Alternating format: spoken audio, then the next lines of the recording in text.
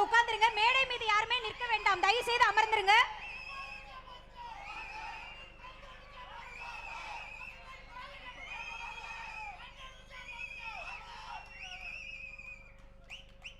இந்த மாபெரும் இணைப்பு விழாவை ஒரு மாநாடு போல தலைமையேற்று நடத்தி கொண்டிருக்கக்கூடிய கழகத்தினுடைய பொதுச் செயலாளர், உள்ளாட்சி மற்றும் நீர்வளத்துறையினுடைய அமைச்சர் அருமை அண்ணன் ஆனந்த் அவர்களே, இந்த நிகழ்ச்சியிலே வரவேற்புரை ஆற்றி சென்றிருக்கக்கூடிய வருவாய்த்துறை அமைச்சர் அருமை அண்ணன் கே.எஸ். செங்கோட்டையன் அவர்களே, மற்றும் இந்த நிகழ்ச்சியில் கலந்து கொண்டு எங்களுக்கெல்லாம் ஒரு சிறப்பான ஒரு வழிகாட்டியாக எங்களை இந்த இயக்கத்திலே இணைத்துக் கொள்வதற்கு அனைத்து ஏற்பாடுகளையும் செய்து எங்களுக்கு வழிகாட்டியாக இருந்த நெடுஞ்சாலை மற்றும் பொதுப்பணித்துறை அமைச்சர் அருமை அண்ணன் ஆதவ் அர்ஜுனன் அவர்களே, மற்றும் சுகாதாரத்துறையினுடைய அமைச்சர் அருமை நண்பர் அண்ணன் அருண்ராஜ் அவர்களே, மற்றும் அமைச்சர் பெருமக்கள் ஸ்ரீநாத் அவர்களே,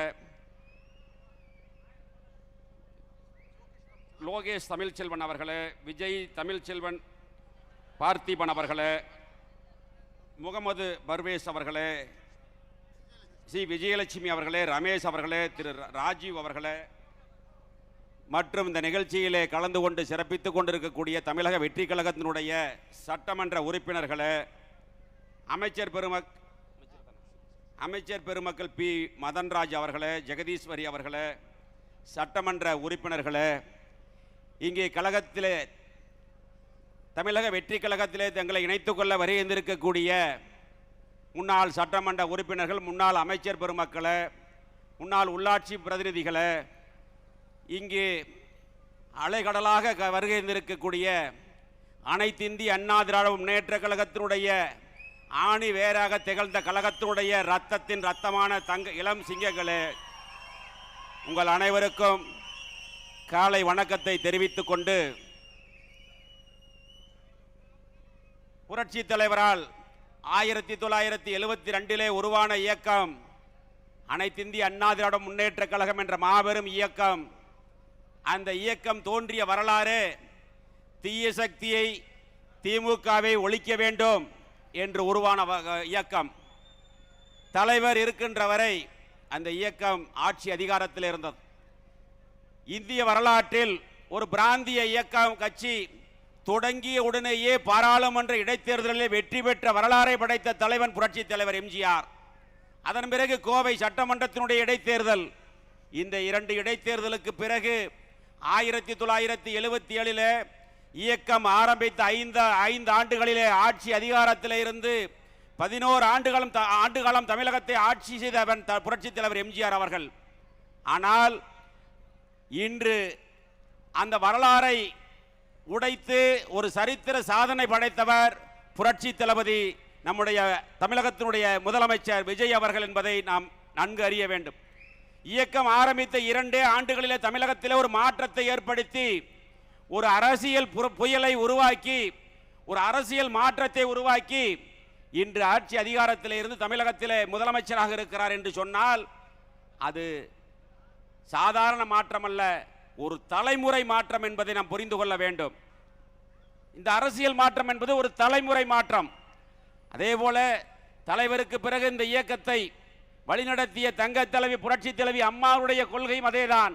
தீய சக்தி திமுகவை ஒழிக்க வேண்டும் என்று நோக்கத்தோடு தமிழகத்தினுடைய முன்னேற்றத்திற்காக தன் வாழ்நாளை அர்ப்பணித்த தலைவி தங்க தலைவி புரட்சி தலைவி அம்மா அவர்கள்.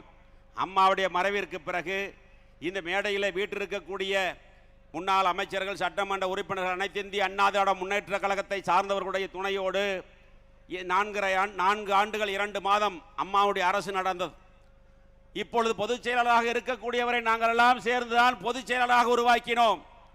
ஆனால் அவருடைய தவறான முடிவுகளால் இன்று இந்த இயக்கம் தள்ளாடி கொண்டிருக்கிறது என்பதற்கு இதுதான் மிகப்பெரிய உதாரணம். உண்மையை சொன்னால் துரோகி என்று சொல்கிறார்.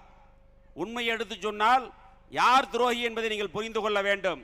திராவிட முன்னேற்ற கழகத்தோடு சேர்ந்து ஆட்சி அமைக்கலாம் என்று சொல்வது சரியா என்று இந்த இயக்கத்திலிருந்து விலகி இன்று தமிழக வெற்றி கழகத்தில் இணைத்துக் கொள்ள வந்திருக்கக்கூடிய ஒவ்வொரு தொண்டனும் நினைத்து பார்த்துத்தான் இன்று புரட்சி தளபதி தலைமையை ஏற்று இங்கே இந்த இயக்கத்தில் தங்களை இணைத்துக் கொள்ள வருகின்றிருக்கிறார்கள் என்பதை நாம் எண்ணி பார்க்க வேண்டும். 42 ஆண்டுகள் இயக்கத்தில் உறுப்பினராக இருந்து 25 ஆண்டுகள் தீவிர அரசியலிலே இருந்தவனான். பல்வேறு உள்ளாட்சியிலே பல்வேறு பதவிகளில் இருந்து புரட்சி தலைவி அம்மா அவர்கள் அடையாளம் காட்டப்பட்டு 5 ஆண்டுகள் போக்குவரத்து துறை அமைச்சராக பதவி கொடுத்து அழகு பார்த்த தாய் புரட்சி தலைவி அம்மா அவர்கள். கரூர் சட்டமன்றம் என்று சொன்னாலே உங்களுக்கு நன்றாக தெரியும். அது தமிழக வெற்றி கழகத்தினுடைய வரலாற்றில் ஒரு கரும்புள்ளியாக இருந்தது கரூர் சம்பவம் என்பதை நீங்கள் தெரிந்து கொள்ள வேண்டும். 41 அப்பாவி உயிர்கள் இறந்தது தளபதி அவர்கள் கரூர் வருகையின் போது. அது மட்டுமல்ல, கரூர் சட்டமன்றம் என்பது தமிழகத்தில் இருக்கக்கூடிய 234 தொகுதிகளிலும் இருக்கக்கூடிய அரசியல் விமர்சகர்களும் அரசியல் பார்வையாளர்களும் உற்று நோக்கக்கூடிய ஒரு தொகுதியாக இருந்தது. ஏனென்று சொன்னால் அந்த தொகுதியில் அதிகாரத்தினுடைய உச்சத்தில் பல்வேறு பொய் வழக்குகளையும் பணத்திமிரில் தன்னுடைய அதிகாரத்திலும் பணத்தை வைத்து ஜெயித்து விடலாம், ஆட்சி அதிகாரத்துக்கு வந்து விடலாம் என்று சொன்னவர்களுக்கு மத்தியில் மிகப்பெரிய போராட்டத்திற்கு இடையில் நாம் வெற்றி பெற்றோம். இருந்தாலும் வெற்றி பெற்ற பிறகும் சட்டமன்ற உறுப்பினர் பதவியை துறந்து இன்று புரட்சி தளபதியினுடைய தலைமையில் இந்த இயக்கத்தில் கரூர் மாவட்டத்தில் இருக்கக்கூடிய அனைத்து இந்திய அண்ணா திராவிட முன்னேற்ற கழகத்தின் நிர்வாகிகள் அத்தனை பேரும் இங்கே வருகின்ற தங்களை இதில் இணைத்துக் கொண்டிருக்கிறார்கள் என்று சொன்னால் இன்று அரசியலுடைய நிலை என்ன என்பது தெரியும். ஒரு தலைவன் சரியான முடிவு எடுக்காமல் இருந்தால் அந்த இயக்கம் எப்படி போகும் என்பதற்கு உதாரணம் தான் இன்றைய நிலை என்பதை நீங்கள் தெரிந்து கொள்ள வேண்டும். அப்பேற்பட்ட மிகப்பெரிய இயக்கம் 1.5 கோடி தொண்டர்கள் இருக்கிறார்கள். அடிமட்ட தொண்டனுடைய உணர்வை புரிந்து கொள்ள வேண்டும். நான் பல மேடைகளில் பேசும் பொழுது சொல்வேன், கீழே இருக்கக்கூடிய தொண்டன் கொடி பிடித்தால்தான் அந்த இயக்கத்தினுடைய தலைவன் கோட்டையிலே கொடியேற்ற முடியும் என்பதை புரிந்து கொள்ள வேண்டும். அப்பேற்பட்ட மாபெரும் இயக்கம், அந்த இயக்கம் திராவிட முன்னேற்ற கழகத்தோடு சேர்ந்து ஆட்சி அமைக்கலாம் என்று சொல்கிறார்கள். அதை பற்றி எல்லாம் கவலைப்படாதவர்கள் உண்மையை எடுத்து சொன்னால் துரோகி என்று சொல்கிறார்கள். எனவே இன்று தமிழகத்தில் ஒரு மிகப்பெரிய அரசியல் புரட்சி ஏற்பட்டிருக்கிற, தமிழகத்தில் அல்ல இந்தியாவே திரும்பி பார்க்கின்ற வகையில் நம்முடைய புரட்சி தளபதி நம்முடைய முதலமைச்சர் அவர்கள் ஒரு அரசியல் மாற்றத்தை ஏற்படுத்தி இருக்கிறார். இப்பொழுது மட்டுமல்ல, தலைவர் இருக்கின்ற வரை 11 ஆண்டுகள் 3 முறை தமிழகத்தினுடைய முதலமைச்சராக இருந்தார். அதே போல இனிமேல் தமிழகத்தில் வெற்றி கழகத்தினுடைய ஆட்சி, புரட்சி தளபதி விஜய் அவர்களுடைய ஆட்சி தான் தமிழகத்திலே தொடரும் என்று சொல்லி இந்த இணைப்பு விழாவில் கலந்து கொண்டிருக்கக்கூடிய அனைவருக்கும் நானும் 2 பேரும் விஜயபாஸ்கர், புதுக்கோட்டையும் விஜயபாஸ்கர், கரூரும் விஜயபாஸ்கர் என்று சொல்லி நாங்கள் இருவரும் மற்ற மாவட்டத்தை சார்ந்தவர்கள் இருக்கிறார்கள். அது மட்டுமல்ல, நம்முடைய முதலமைச்சர் புரட்சி தளபதி அவர்கள் சமீபத்தில் ஓரிரு வாரங்களிலே கரூர் வர இருக்கின்றார். அந்த கரூர் நிகழ்ச்சியிலே இன்னும் அலைகடலாக இருக்கக்கூடிய தொண்டர்களையும் அதில் இணைத்து இந்த இயக்கம் தொடர்ந்து வெற்றி பெறுவதற்காக உண்மையாக உழைப்போம் என்று சொல்லி இந்த இணைப்பு விழாவில் வருகின்றிருக்கக்கூடிய அனைத்து நிர்வாகிகளுக்கும், மேடையில் வீட்டிருக்கக்கூடிய அமைச்சர் பெருமக்கள், சட்டமன்ற உறுப்பினர்களுக்கும், என்னோடு வருகின்ற அனைத்து நிர்வாகிகளுக்கும் மீண்டும் ஒருமுறை நன்றி கூறி விடைபெறுகிறேன். நன்றி, வணக்கம்.